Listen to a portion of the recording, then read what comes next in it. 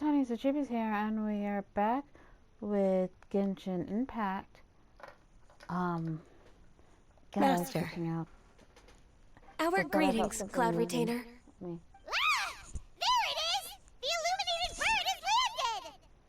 Double humph. Now she has the gall to use it rather than she. Even after being chastised once already? Barely a moment has passed since we last met, and yet your impertinence has reached new heights. Very well. If you refuse to learn your lesson, one shall scold you no further. One has received your message from Ganyu. On the matter of the Adeptus you seek, one suspects to know their identity. I forgot. Shall one lead the way? I don't know, I just remembered, like, because I was just thinking about something, and I was like, oh yeah. Even though technically I should have remembered that, because of, like, it was just a stupid thought. But, for like a split second, I forgot that Shugly's true form is a dragon. I still have to complete my training for today, so I will bid farewell to everyone here. Very well. Await my arrival at one's abode later this night. On this special occasion, you should indulge yourself with some savory dishes. If you want to release a Shao Lantern, come and find us anytime. Thank you, everyone. Happy Lantern Rite to you too. I think I have I think I still have some shell lanterns. Lanterns from last year.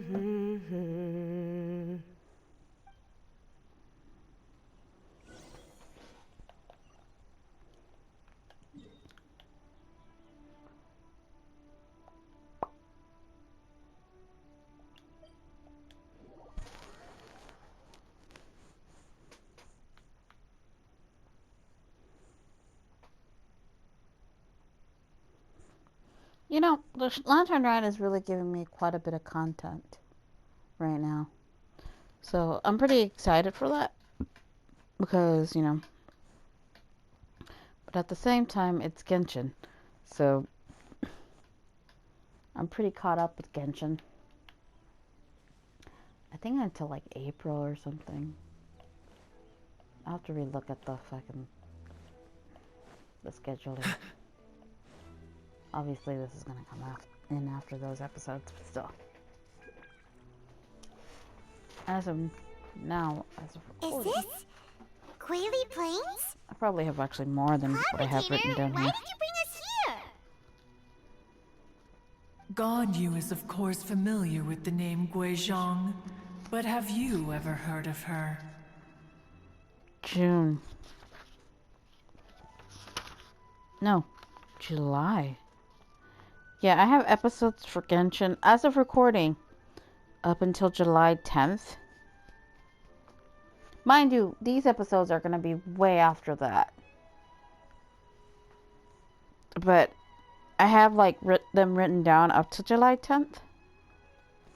Though, since there's no red dot, it means I haven't, like, they're uploaded, but they're not scheduled yet.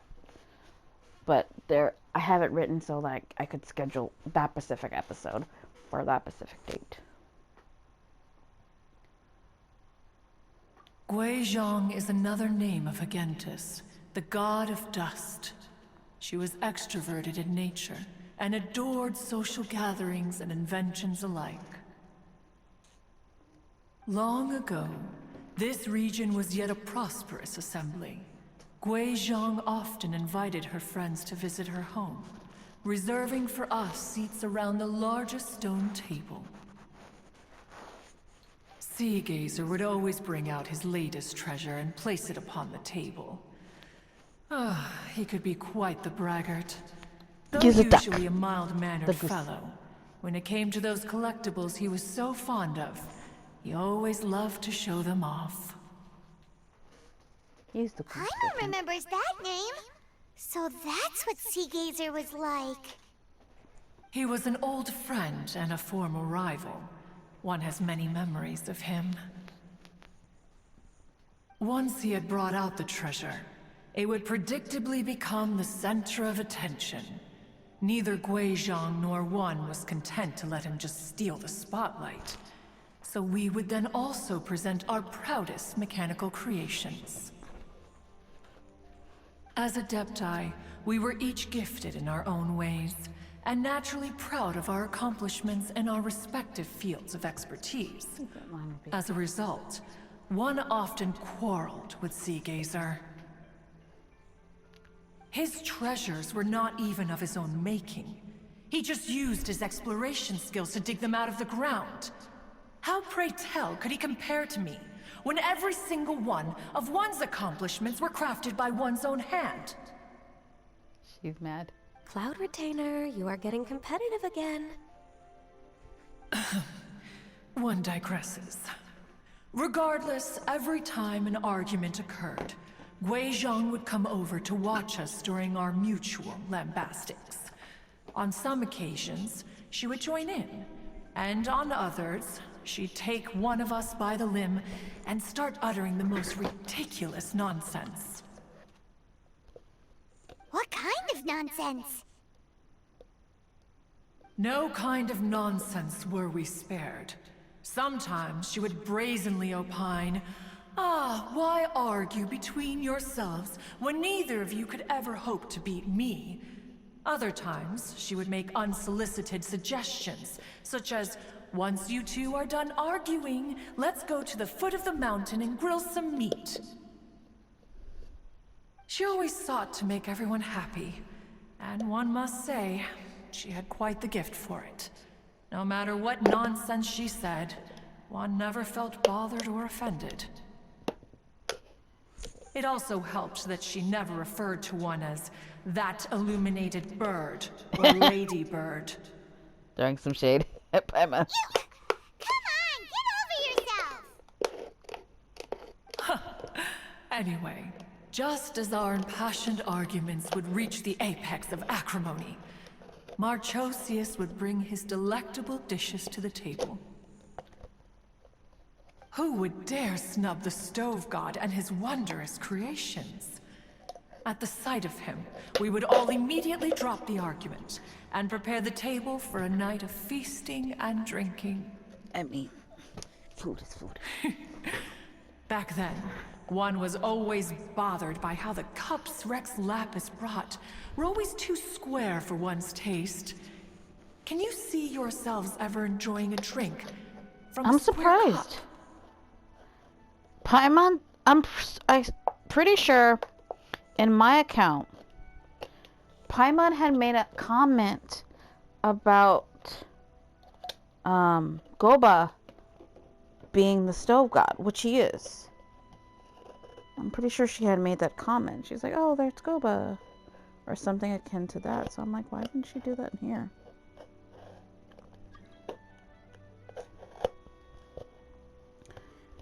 I'm pretty sure I've done the quest I needed to do for that situation. Did you find that out during like one of the events, no?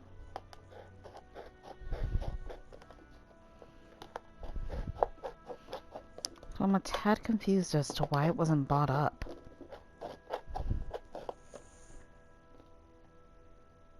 Precisely. So, as you can see, even one as great as Rex Lapis was not immune to making the occasional blunder. Even one could never find fault with Marchosius's cooking. As we ate, Guizhong would continue to find topics for conversation, filling the table with humor and laughter. Each of those old fossils had their character flaws and points of obstinacy. So why was it that whenever we dined together, we always had a marvelous time? We would drink together from a spot high in the mountains, until the moon set and the sun rose, and only then would the banquet finally come to an end. Streetwood Rambler would often remain to admire the flowers with Guizhong before returning to her own abode. The glaze lilies were far more abundant back then. Entire fields of them would appear to the eye as a veritable sea of flowers. Streetward Rambler? That would be Ping. You probably know her as Madam Ping. Oh, okay. Wait, this is a lovely story and everything, but didn't we come here to find that Adeptus from Mr. Dvorak's story? Or are you saying that it was Guizhong? Didn't she, already,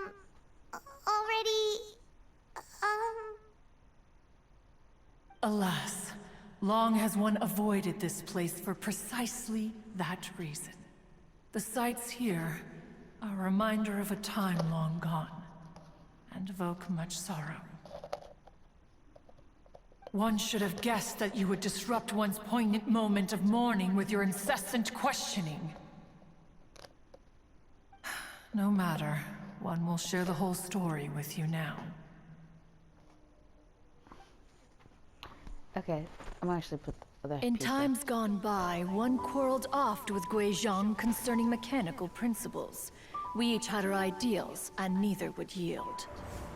Under the pretext of a social gathering, one invited the impartial Rex Lapis to judge the quality of our creations. But I like Rex that outfit. Lapis declared that Guizhong's Obscuro Vulpus mechanism was superior. Though one was too proud to acknowledge it, in one's clever, heart, Trainer. one knew that Guizhong was indeed the superior talent in the mechanical arts. As for the story between Guizhong and Streetward Rambler, that begins with a certain bell. In Guizhong's opinion, while mechanisms were no substitute for human composers, they were yet capable of producing simple but fine melodies.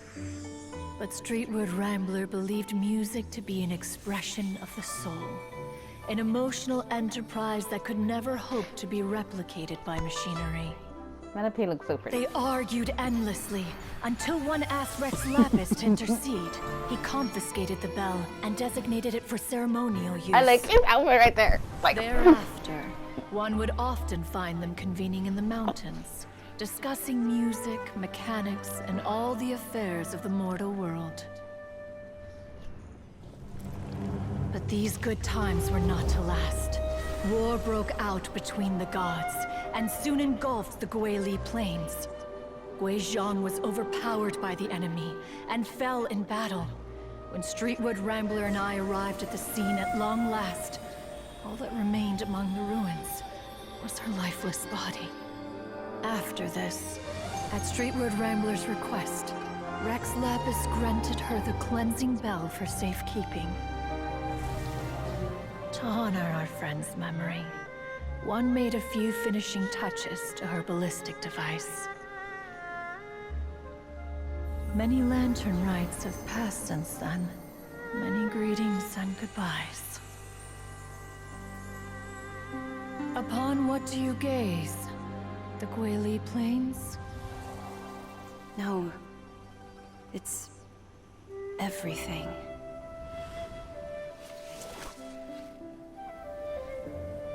We think of human life as like a lantern that's lit one minute and extinguished the next. But are we Adepti so different?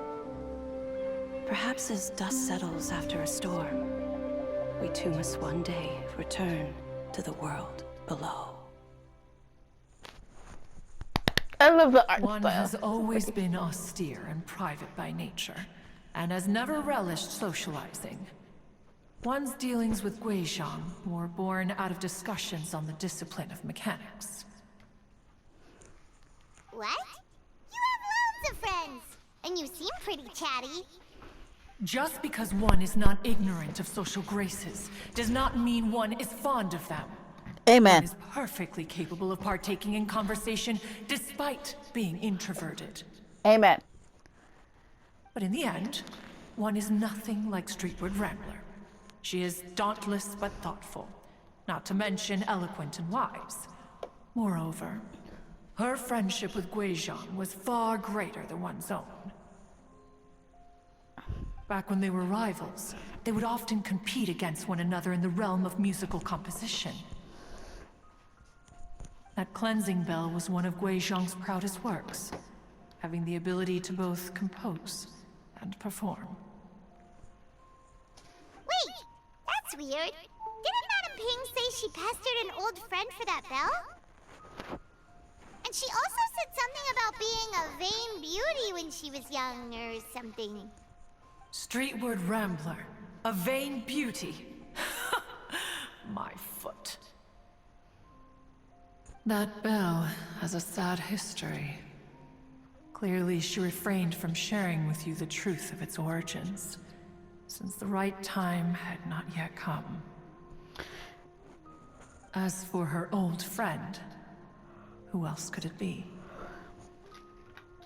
As soon as Streetward Rambler heard that a certain Zhang Li wished to borrow the bell, she realized that the man was none other than Rex Lapis, and that he had made an enormous decision.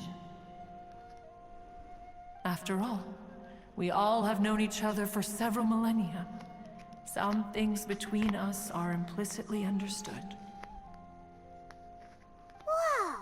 So they were talking in secret code? Oh, Paimon did not see that one coming. Enough of your intrusions.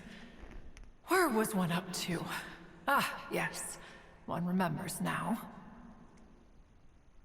The cleansing bell is powered by a mechanical art, and can be used to great effect as an accompanying instrument. After the passing of its creator, it was used on numerous occasions during rites of parting. But Streetward Rambler did not acquire it from Rex Lapis for the purpose of producing further funerary tunes. No. Each time she rang it, it was to play the tune that Guizhong composed on it. The two once clashed over their beliefs about the meaning of music. Who would have thought that with Guizhong's passing and Streetward Rambler's mourning, two tunes composed in discord would eventually become one harmonious composition?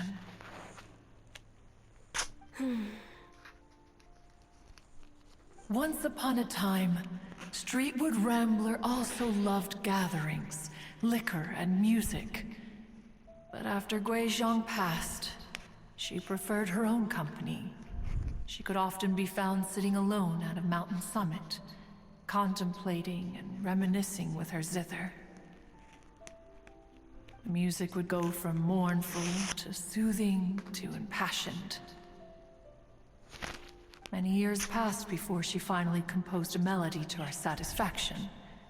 In celebration, she played the tune to the clouds. Regrettably, one has only ever heard her play that tune once. Which brings one back to the matter you've been investigating. Perhaps it was during that performance that the ancestor of your Fontaine friend fell into the water and was saved by Streetward Rambler. But if she was so happy with the melody, why would she only play it once? One was also greatly perplexed by this.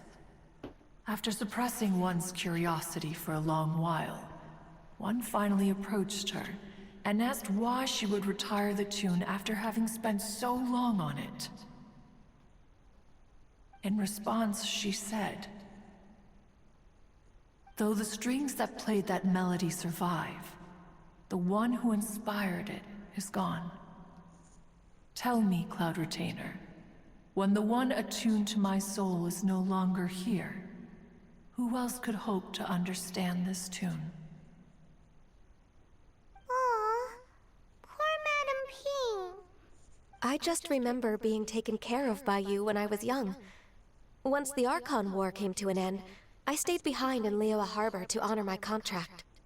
Although I met Guizhong a few times, I never knew anything of this particular story. Guizhong was quite the visionary, but tragically passed before her time. Her manuscripts still lie unfinished in the realm of clouds. Blank pages give one cause for contemplation on what might have been. Had you not decided to search for that mystery Adeptus, perhaps these stories, too, would have been lost to the sands of time. As of now, you know the truth, that the Adeptus who rescued the drowning man was none other than Streetwood Rambler. Do you intend to discuss this with her?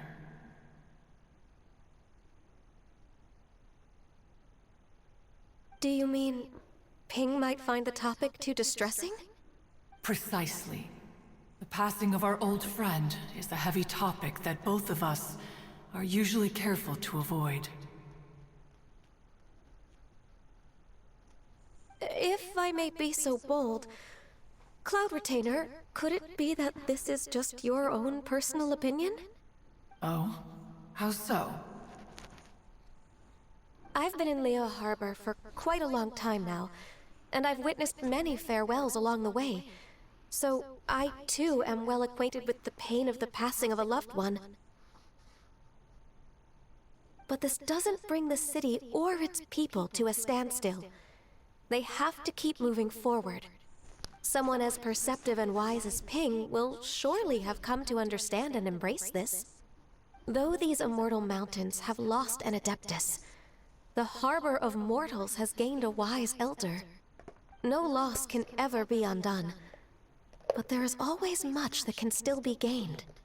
Ping has helped countless people, and will guide many others in the years to come. And all to whom she extends a helping hand become her friends. People she can admire flowers and discuss music with. Though it is heartbreaking to lose a kindred spirit, life goes on, because there are new friends waiting for you further down the road. We even asked Madame Ping what she thought about adding a music festival to this year's Lantern Rite. When we get back, why don't we just ask her if she'd like to perform? Maybe we can even get her up on stage. You youngsters and your imaginations. Why don't you come with us? It's been a long time since you last spoke with Ping, and Leoa Harbor is always decorated so beautifully during the festival period. Is not every Lantern Rite the same in this regard? Were there ever anything new to discuss? One in Ping could meet any day of the year. I disagree. Each new day and each new year is different from those that have come before. How long will you simply let them pass you by? The edibles she brought this time were indeed quite delectable. Very well. Then one will be off. If the other old fossils have sneaked away into the city to amuse themselves, one shall soon find out. All right. We should be getting back to the harbor as well. We don't want to keep her waiting. Once the Guili Assembly, now the Guili Plains. Say, if we planted flowers there and cared for them carefully enough, do you think that one day we'd be able to recreate the Sea of Glaze Lilies? Allow one to take back one's praise from a moment prior. You are still far too given to flights of fancy, child. What? Cloud Retainer? You were still listening? One observed that you were making no effort to leave, and returned to chasten and hasten you. This time, one is departing in earnest.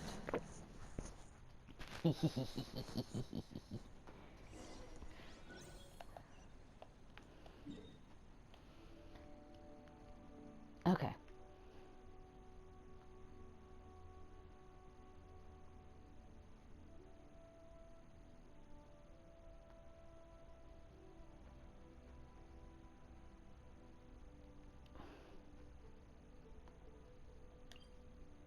I don't think it's here yet. I think it's the next part, but I'm not going to risk it. And I am going to fucking walk my ass all the way up there. I don't want to, but because I think it was perfectly fine to teleport there during this section. But I am not going to risk it, you know? I refuse.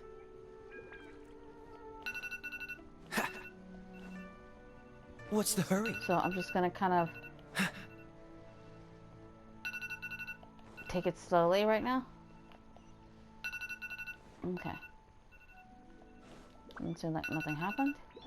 Let's play. So because like I really want to see like the ending, and I don't know because if I rushed it or what the fuck happened. So I'm just gonna be a little slow on the norm. What's the hurry? Just for these next couple of parts, just to make sure. That way. What's the hurry? Okay. So before we go over there, we're gonna end this episode here. So for now, Tiniestofchibis is signing out.